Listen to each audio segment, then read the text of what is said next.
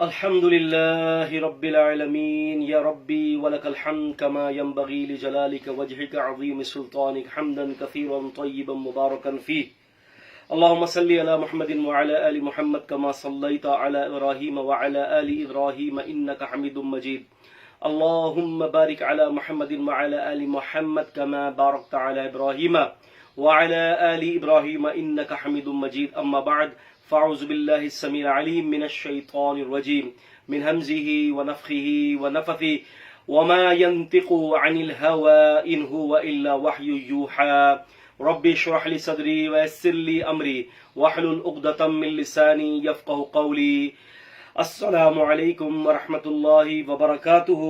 معزز ناظرین اکرام، اللہ تبارک و تعالیٰ کی رحمتیں ہوں ہم سب پر. محمد علی مرزا کے حوالے سے یہ بات تو بڑی معروف تھی کہ وہ گستاخ صحابہ ہے.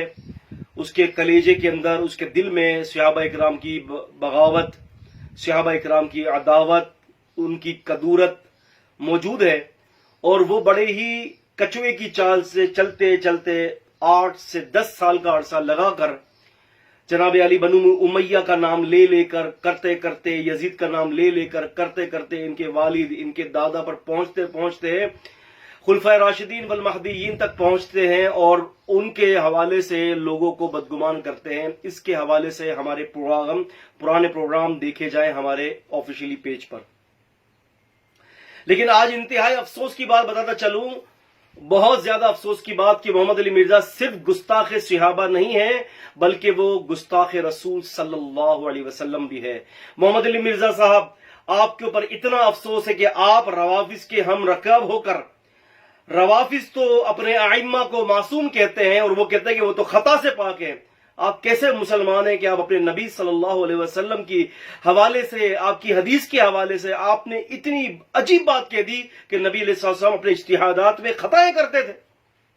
آپ رافضیوں سے بھی بدتر ہو. اہل سنت کے نزدیک تو رافضی ہے ہی بدتر کہ وہ صحابہ اکرام کو گالیاں دیتا ہے، لیکن آپ ہمارے نزدیک اب رافضیوں سے بھی بدتر ہو. آپ ہمارے نزدیک جو ہے معتزلیہ، جہمیہ، ان قسم کے جتنے بھی باطل فرقے ہیں، آپ ہمارے نزدیک ان سے بھی بدتر ہے. کیوں؟ کہ آپ نے اللہ کے رسول صلی اللہ علیہ وسلم کے اجتہاد کو خطا کا نام دے دیا، اور آپ نے امت کو یہ باور کروا دیا کہ اب اللہ کے رسول صلی اللہ علیہ وسلم خطائیں بھی کرتے ہیں. محترم ناظرین اکرام، یہ عرض کرتا چلوں، یہ میں کوئی الزام نہیں ٹھہرا رہا، مجھے اللہ کو جواب دینا ہے.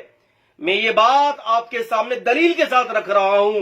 میں نے خود مرزا صاحب کا یہ پروگرام دیکھا ہے. مرزا صاحب یہ خود کہتے ہیں کہ رسول اللہ صلی اللہ علیہ وسلم کی جو یہ ہر بات جو تم لے لیتے ہو، کاتبین وحی کی ساری چنوٹی کس نے کی؟ یہ کہتے کہتے ہیں کہ اللہ تعالیٰ کہتا ہے ما ینطق عن الہوی ان هو الا وحی یوحی. اس سے مراد کہ نبی علیہ السلام اپنی طرف سے کوئی بات نہیں کہتے جب تک وحی نہ اترے. کہتے ہیں اس سے مراد صرف قرآن ہے اور کچھ نہیں ہے. محمد علی مرزا صاحب، آپ بہت بڑی غلطی کر رہے ہیں.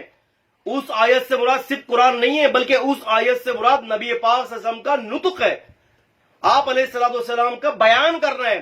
ما ینطقو، ما لفظ عربی میں جو ہے وہ نفی کے لیے آتا ہے، یعنی نہیں. ینطقو یہ مضارع کا صیغہ ہے کہ وہ بات کرتا ہے یا کبھی بھی کرے گا. وہ بات کرتا ہے نہ کبھی بھی کرے گا، کبھی نہیں کر سکتا. یہ نطق کی طرف اشارہ ہے. عن الہوی، اپنی نفسانی خواہشات سے. ان ہوا الا وحی یوحی، وہ جب بھی بات کرتا ہے وحی کے حوالے سے وہ بات کرتا ہے.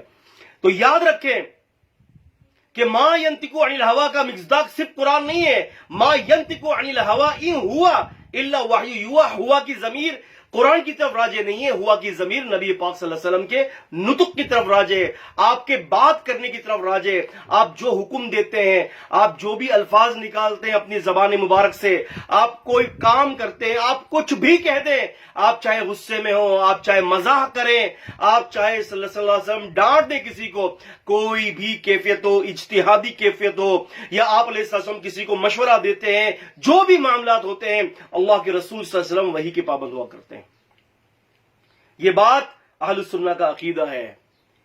اس بات کو ذہن میں رکھیں. آپ نے یہ کہا اپنی گفتگو کے اندر, آپ نے ادھر غلطی کی کہ ما ینطق عن الہوا, یہ غلطی آپ نے اس لیے کی کہ آپ کو عربی نہیں آتی, آپ کو پتہ نہیں ہے ہوا کہ جو ہے ضمیر راجع الی النطق رسول اللہ صلی اللہ علیہ وسلم ہے, لیسا الی القرآن, یہ قرآن کی طرف راجع نہیں ہے, آپ کو عربی نہیں آتی, اس لیے آپ نے جو ہے نا ہوا کی ضمیر قرآن کی طرف کر دی, اور آپ نے لوگوں سے یہ کہا کہ صرف نبی علیہ السلام قرآن بیان کرتے تھے جو اللہ کی وحی کے حوالے سے ہوتا تھا. عزیزان گرامی, نبی صلی اللہ علیہ وسلم کچھ بھی بات کہیں گے اللہ کی وحی ہوگی. اس کی وجہ یہ ہے, امام رازی رحمت اللہ علیہ نے بڑی خوبصورت بات کہی ہے تفسیر الکبیر کے اندر. آپ یہ کہتے ہیں کہ اللہ پاک نے نبی کریم صلی اللہ علیہ وسلم کے حوالے سے ہمیں حکم دے دیا, ما آتاکم الرسول فخذوہ وما نہاکم عنہ فانتہوا, جو رسول تم کو دیتا ہے تم اس کو لے لو, اور جس چیز سے رسول صلی اللہ علیہ وسلم تمہیں روکتا ہے, رسول تمہیں روکتا ہے, اس سے رک جاؤ. امام رازی تفسیر الکبیر میں لکھتے ہیں, آپ یہ کہتے ہیں کہ قرآن مجید کی آیت ہمیں ہر بات اللہ کے رسول صلی اللہ علیہ وسلم کی لینے کا حکم دے رہا ہے. قرآن ہمیں ہر بات میں حکم دے رہا ہے کہ نبی صلی اللہ علیہ وسلم کی اتباع کرو. اگر نبی علیہ السلام کے حکم کے اندر یا آپ کے جناب علی فتووں میں یا آپ علیہ السلام کے اجتہاد میں خطا ہوتی تو اللہ تعالیٰ کبھی بھی یہ بات نہ کہتا. ہمیں تو مکمل طور پر زندگی لینے کا حکم ہے. لقد کان لکم فی رسول اللہ اسوۃ حسنہ, کہ تمہارے لیے نبی علیہ السلام کی زندگی میں بہترین نمونہ ہے. کہاں کی بات کر رہے ہیں؟ نبی علیہ الصلوۃ والسلام, پہلے آپ نے صحابہ اکرام سے لوگوں کو بدگمان کیا, شرم کریں. اب آپ نبی علیہ الصلوۃ والسلام سے لوگوں کو بدگمان کر رہے ہیں. اب پھر اس کے بعد کہیں ایسا نہ ہو کہ وہ آپ اللہ تعالیٰ کی ذات کے اوپر بھی لوگوں کو بدگمان کرنا شروع کر دیں. اس لیے کہ جو بکاؤ لوگ ہوتے ہیں, اس لیے جو عقیدے کے خراب لوگ ہوتے ہیں, اس لیے جو کسی بہت بڑی کسی سازش کے تحت لوگوں کے سامنے میڈیا پر آتے ہیں, ان کا کام یہی ہوتا ہے لوگوں کو تباہ اور برباد کرنا عقیدے کے اعتبار سے. عزیزان قدر, اس کی میں آپ کو بہت ساری مثالیں دے سکتا ہوں.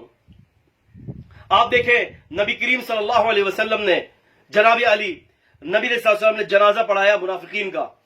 اللہ کے رسول صلی اللہ علیہ وسلم نے منافقین کا جنازہ پڑھایا. عبداللہ بن ابن ابی راس المنافقین کا جنازہ پڑھایا. اللہ کے رسول صلی اللہ علیہ وآلہ وسلم نے جنازہ پڑھا دیا.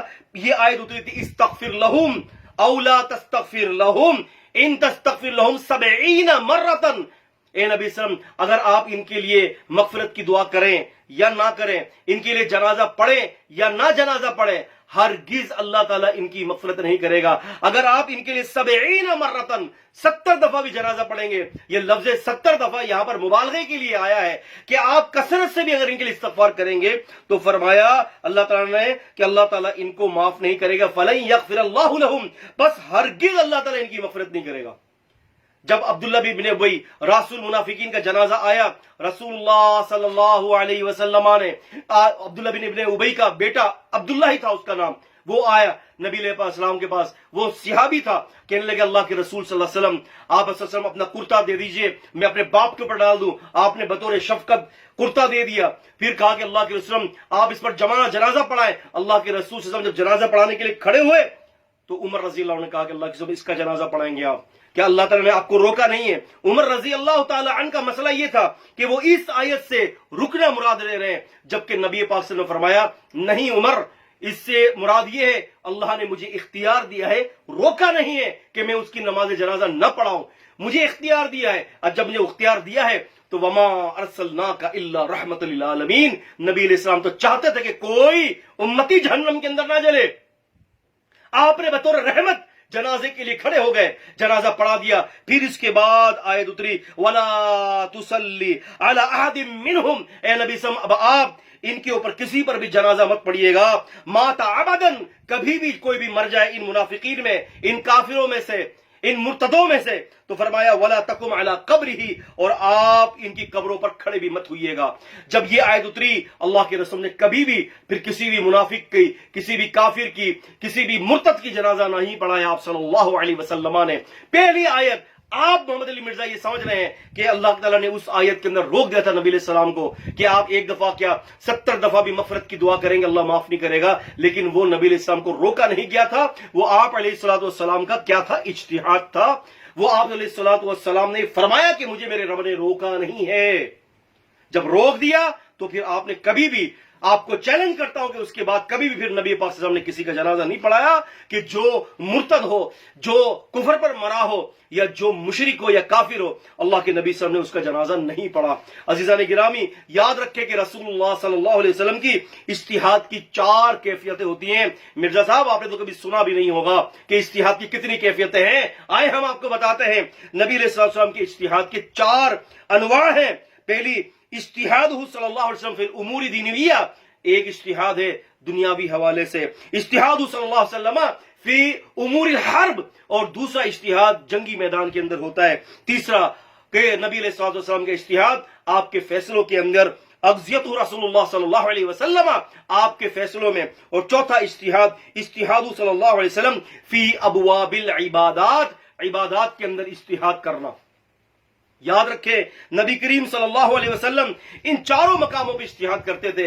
اللہ کے رسول صلی اللہ علیہ وسلم جب کوئی اجتہاد کرتے، اللہ تبارک و تعالیٰ اگر اس اجتہاد کو منسوخ کرنا چاہتا کہ اللہ تعالیٰ کے نزدیک اور بہتر کوئی کام ہوتا، تو اللہ پاک وحی کے ذریعے نبی علیہ الصلوۃ والسلام کو اس اجتہاد سے لے کر پھر دوسری جگہ پر منتقل احکامی صورت میں آپ اللہ تعالیٰ آپ علیہ السلام کو کروا دیا کرتے تھے۔ دیکھیں نا، یہ اجتہاد تھا نبی علیہ الصلوۃ والسلام کا۔ یہ نہیں کہا اللہ تعالیٰ نے کہ نبی صلی اللہ علیہ وسلم آپ نے غلط کام کر دیا، منافقین کا جو ہے وہ جنازہ پڑھ کے آپ نے خطا میں غلطی کی، بلکہ اس سے بہتر کام بتا دیا کہ اب اس کے بعد آپ نے جنازہ نہیں پڑھوا، کیونکہ رسول اللہ صلی اللہ علیہ وسلم نے اجتہاد کیا تھا۔ اس آیت کے اندر جو مفہوم تھا، آپ امت میں سب سے بہتر اس مفہوم کو جانتے تھے۔ تو محمد علی مرزا نے اب اللہ کے رسول صلی اللہ علیہ وسلم کی زندگی کو عزیزان قدر، نبی علیہ السلام کی زندگی کو انہوں نے کیا کیا کہ اللہ کے رسول صلی اللہ علیہ وسلم کی زندگی کو لوگوں کے سامنے سمیٹنا شروع کر دیا کہ اللہ کے رسول صلی اللہ علیہ وسلم آپ صلی اللہ علیہ وسلم کی زندگی اجتہادی زندگی قابل حجت نہیں ہے۔ آپ صلی اللہ علیہ وسلم کی زندگی وہ صرف قرآنی زندگی ہے۔ اور ویسے بھی ہم نے ایک بیان دیا ہے محمد علی مرزا کے حوالے سے۔ محمد علی مرزا نے صاف یہ کہا ہے کہ اگر قرآن کی تشریح کے لیے کوئی چیز ہے تو وہ صرف قرآن ہے۔ نبی علیہ السلام کی حدیث صرف نزول کے لیے تو لی جا سکتی ہے، لیکن نبی علیہ السلام کی حدیث سے کوئی اضافی معاملات ثابت نہیں ہوتے۔ آپ جا کے پڑھ لیں، آپ جا کے سن لیں ان کی تقریر کو۔ الحمدللہ ثم الحمدللہ، میں نے اس کا بھی تفصیلاً اپنے آفیشلی پیج پر، میرا یہ پروگرام ہے، میں نے جواب دیا ہے۔ اور یہ بھی بتاتا چلوں، ان لوگوں کو مجھ سے بڑی تکلیف ہوتی ہے۔ آپ کو پتا ہے ناظرین اکرام، محمد علی مرزا نے میرے 2 سے 3 پروگرام یہ یوٹیوب پر اڑوا دیے۔ وہاں پر میرے خلاف وہ کیس کر کے 2 سے 3 پروگرام اڑوائے۔ بالکل اسی طرح سے محمد شیخ نے بھی، یہ ابھی جس کا عبد الباقی صاحب کے ساتھ مناظرہ ہوا تھا، محمد شیخ کے خلاف میرے پروگرام ہیں، میرے 4 سے 5 پروگرام انہوں نے اڑوائے، کیونکہ اس کے ویوز تھے تقریباً، آپ یہ سمجھ لیں کہیں 5 لاکھ ویوز ہیں، 6 لاکھ ویوز ہیں، کہیں 6.5 لاکھ ویوز ہیں۔ محمد علی مرزا نے بھی ایسا کیا، انہوں نے بھی ایسا کیا۔ ان کو بہت تکلیف ہے مجھ سے، کیوں کہ میں ان کی بال کی کھال ادھیڑ کر عوام کے سامنے رکھتا ہوں کہ یہ لوگ جھوٹے ہیں۔ یاد رکھیں، میں یہاں پر ایک بات بتاتا چلوں کہ اگر نبی علیہ السلام کی کہیں خطا ہوئی ہے اجتہاد کے اندر، محمد علی مرزا صاحب آپ سے کہہ رہا ہوں، آپ کے متبعین سے کہہ رہا ہوں، اگر نبی علیہ السلام سے کہیں خطا ہوئی تو کیا آپ نے علل اعلان رجوع کیا کہ مجھ سے خطا ہوئی، میں رجوع کر رہا ہوں؟ جب رجوع کا حکم کہیں نہیں آیا کہ نبی صلی اللہ علیہ وسلم نے رجوع کیا، تو معنی یہ خطا نہیں ہوئی۔ کیوں کہ جس سے خطا ہو جائے اور جو لوگوں میں پھیلا دے اس مسئلے کو، تو اس کے لیے حکم ہے استغفار، اس کے لیے حکم ہے اصلاح کرے گا، اور اس کے لیے حکم ہے کہ وہ رجوع کرے گا اور لوگوں کو بتائے گا کہ مجھ سے کیا غلطی ہو گئی ہے۔ لیکن اللہ کے رسول صلی اللہ علیہ وسلم سے ایسی کوئی بات ثابت نہیں ہے، لہٰذا صرف یہ آپ کے زبانی الفاظی خرچ ہے، آپ کی بک بک ہے، آپ کی ہیرا پھیری ہے، آپ کی وربوسٹی ہے، آپ لفاظیوں سے امت کو اب نبی علیہ الصلوۃ والسلام کے حوالے سے گمراہ کرنا چاہتے ہیں۔ لیکن جب تک محمد حسین میمن انشاءاللہ حیات ہے، انشاءاللہ ختم نبوت کا دفاع کرتا رہے گا، پیغمبر علیہ السلام کی ایک ایک حدیث کا دفاع کرتا رہے گا۔ ما ينطق عن الهوى ان هو الا وحی یوحى، میرے قرآن نے، میرے رب کے قرآن نے کہہ دیا کہ یہ نبی علیہ السلام وحی کے بغیر بات نہیں کرتے، چاہے وہ دنیا کی زندگی ہوتی یا آخرت کی زندگی ہوتی، چاہے وہ اجتہادی امور ہوتے، چاہے قیاسی امور ہوتے، چاہے چاہے وہ فی الحرب ہوتا، جہادی مسئلہ ہوتا، چاہے وہ نبی اسلام کے قضیے ہوتے، چاہے وہ نبی اسلام کی خانگی زندگی ہوتی یا جہادی زندگی ہوتی، ہر عمل میں وہی کے پابند ہوا کرتے تھے۔ اللہ تعالیٰ مجھے اور آپ کو کتاب اور سنت کا فہم دے اور ایسے فطروں سے امت کو اللہ تعالیٰ محفوظ کرے۔ اقول قولی ھذا استغفر اللہ لی ولکم ولسائر المسلمین۔ السلام علیکم ورحمۃ اللہ وبرکاتہ۔